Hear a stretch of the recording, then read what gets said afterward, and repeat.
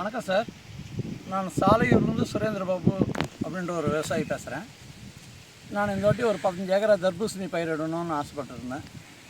அதில் தர்பூசணி பயிரிடும்போது நான் சில டீட்டெயில்ஸ் கேட்டிருந்தேன்.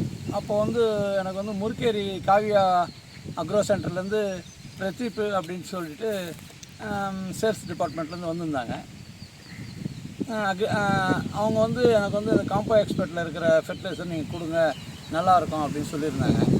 அதை நான் அப்படியே கண்டினியூ பண்ணணும்னு ஆசைப்பட்டு கண்டினியூ பண்ணேங்க. எல்லாமே ட்ரிப்பில் தாங்க கொடுக்கணும்.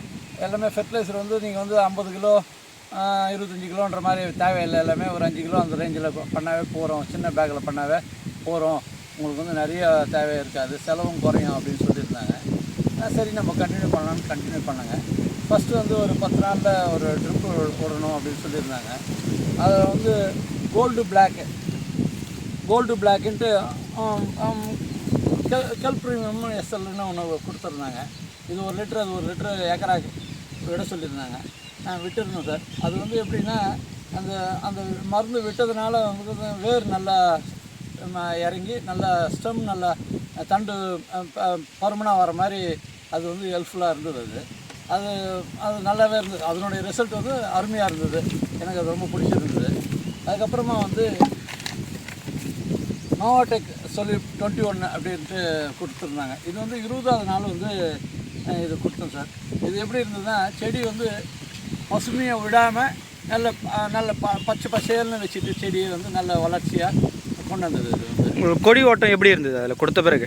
இதனுடைய கொடி ஓட்டம் நிற்காமல் நல்லா ஒரே லெவலில் கொடிங்க வர மாதிரி, ஒரே ஈவனாக வர மாதிரி செடியை முன்ன பின்ன இல்லாமல் ஒரே மாதிரி கொண்டு வந்ததுங்க. அது நல்லா இருந்தது. இது 25 நாள்லேருந்து இது கொடுத்துருந்தேங்க. அக்கா பாஸ்ன்ட்டு அது இது அக்கா பாஸ் நான் இதுவும் அருமையான மருந்து தான். இது உரம் மருந்து தான், உரம் தான், உரமாக தான் கொடுத்துருந்தோம். இதுவும் ட்ரிப்பில் கொடுத்துட்டு தான். இதில் எந்த குறைபாடும் நம்ம சொல்கிறதுக்கு இல்லை. இந்த மருந்து நல்ல மருந்தாகவே இருந்தது எனக்கு. இதை கொடுத்த பிறகு உங்களோட செடியில் என்ன சந்திச்சிங்க? இது இப்போ கொடுக்கும்போதுலாம் பூ 25 நாள்லேருந்து அந்த பூ வர ஆரம்பிச்சதுங்க. இந்த பூ ஒரே மாதிரி எல்லா செடியிலையும் பூ வரும்போது பூ பிஞ்சுமாக வர மாதிரி, ஈவனாக வர மாதிரி கொண்டு வந்ததுங்க. அது சம நிலையில் கொண்டு வந்தது. இதை நீங்கள் கொடுத்த பிறகு பூ நிறையவே இருந்ததுங்க. பூ கம்மி இல்லாமல் பூவே நிறைய வளர்ச்சியாக நிறைய இருந்தது. ஓகே. இதை கொடுத்த பிறகு பூ பிஞ்சு செட்டிங்லாம் எந்த அளவுக்கு அதிகமாக இருந்தது, அது கொட்டாமல் எந்த அளவுக்கு பார்த்துச்சுங்க? பூ பிஞ்சுனா இப்போ 100 பிஞ்சு பூ பிஞ்சு வைக்கிறதுனால ஒரு 80 பிஞ்சுன்ற மாதிரி நம்மளுக்கு அந்த லெவலில் நம்ம இது கொடுத்ததுங்க. ஒரே மாதிரி கொண்டாந்தது. செடி ஒரே மாதிரி வச்சுட்டு இருந்தது. இந்த மருந்து நம்மளுக்கு இந்த குறைபாடு இல்லாமல் இருந்தது. இது ஏக்கருக்கு எத்தனை கிலோ நீங்கள் யூஸ் பண்ணலான்னு இருந்தீங்க? இது ஏக்கராக்கு 5 கிலோ நான் யூஸ் பண்ணேங்க. இது ஏக்கருக்கு 5 கிலோ யூஸ் பண்ணேங்க. ஓகே. நீங்கள் கொடுத்ததில் ரிசல்ட் நல்லா இருந்தது? நல்லா இருக்கு. நல்லா இருக்கு.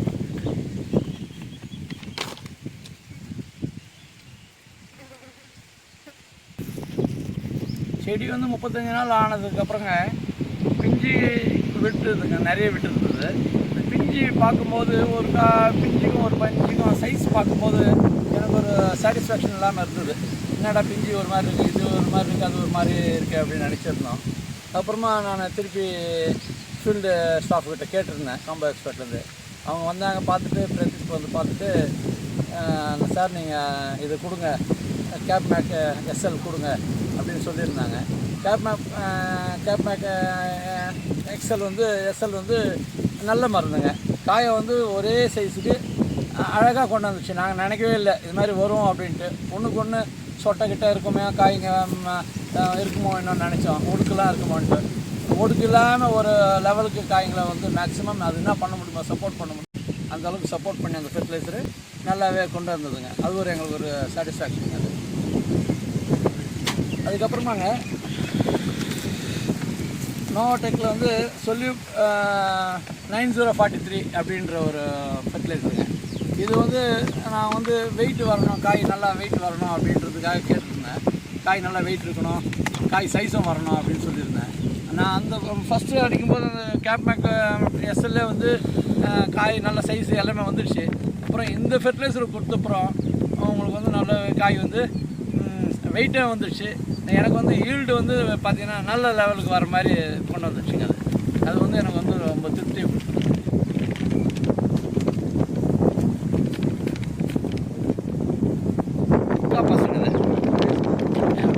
பெஸ்ட் இது இந்த ஃபெர்டிலைசர் வந்து கடைசியாக நான் கொடுத்தது இதுதாங்க, அக்காபாஸ் பெஸ்ட்.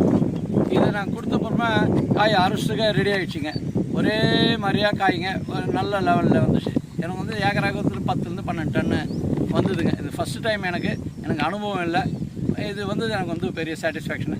நான் நல்ல மார்க்கெட்டில் வந்து எல்லாரும் வியாபாரிங்க வந்து 4000 5000 வாங்கிட்டு போனாங்க. இந்த வருஷம் வந்து ரொம்ப டவுனுங்க ரேட்டு. நான் வந்து 8500 8700 8000 கம்மி நான் எந்த காயும் விற்கலைங்க. அந்த அளவுக்கு இருந்தது. நான் போட்டிருந்த வெரைட்டி வந்து ட்ராகன் கிங்குங்க. காயும் நல்லா இருந்தது. சைஸு எல்லாம் 13 கிலோ 12 கிலோ 15 கிலோ அந்த மாதிரி தான் இருந்தது. வந்த வியாபாரிங்க எல்லாமே வந்து செலக்டிவாக வந்து கர்நாடகா கேரளான்ற மாதிரி வெளி ஸ்டேட்டுங்களுக்கு போகிற மாதிரி வந்து வாங்கிட்டு போனாங்க. இது நம்ம காயை பார்த்தோன்னே வியாபாரிகள்லாம் ஏதாவது சொன்னாங்களா உங்ககிட்ட? காய் நல்லா இருக்குது, நல்லா மெயின்டைன் பண்ணியிருக்கிறீங்க, நல்ல ஃபெர்டிலைசர் நீங்கள் யூஸ் பண்ணியிருக்கிறீங்க, அதுதாங்க மெயின் காரணம். மற்ற ஃபீல்டுக்கும் நம்ம ஃபீல்டுக்கும் ஏதாவது வித்தியாசம் அந்த மாதிரி சொன்னாங்களா? ஏதாவது காய் எந்த மாதிரி இருக்குது அந்த மாதிரி ஏதாவது உங்ககிட்ட சொல்லியிருந்தாங்களா? காய் ஒரே சைஸில் ஒரே மாதிரி இருக்குது. பிஞ்சு காய் ஒதுங்குன்றது கம்மி, ஒதுங்கின காய்ன்றது கம்மி. Okay okay. செகண்ட் கட்டிங்கிறதே இல்லை. ஃபர்ஸ்ட் கட்டிங்லேயே நம்மளுக்கு மேஜராக எவ்வளோ முடியுமோ ஃபுல்லாக எடுத்துகிட்டு போயிடும். அந்த அளவுக்கு ரேட்டுமே மற்ற இதை கம்பேர் பண்ணும்போது நமக்கு அதிக ரேட் பரவாயில்ல. எனக்கு வந்து காய் இன்னும் கொஞ்சம் இன்னொரு 2-3 டன்னுக்கு வந்து தான் நல்லா இருக்குமோ என்ன பண்ணுறது. என்னுடைய அனுபவங்கள் இது எல்லாமே ஃபஸ்ட்டு டைம்ன்றதால எனக்கு கொஞ்சம் இதை வந்து நான் அடுத்த வாட்டி பண்ணும்போது இதே ஃபெர்டிலைசர் யூஸ் பண்ணுவோம்.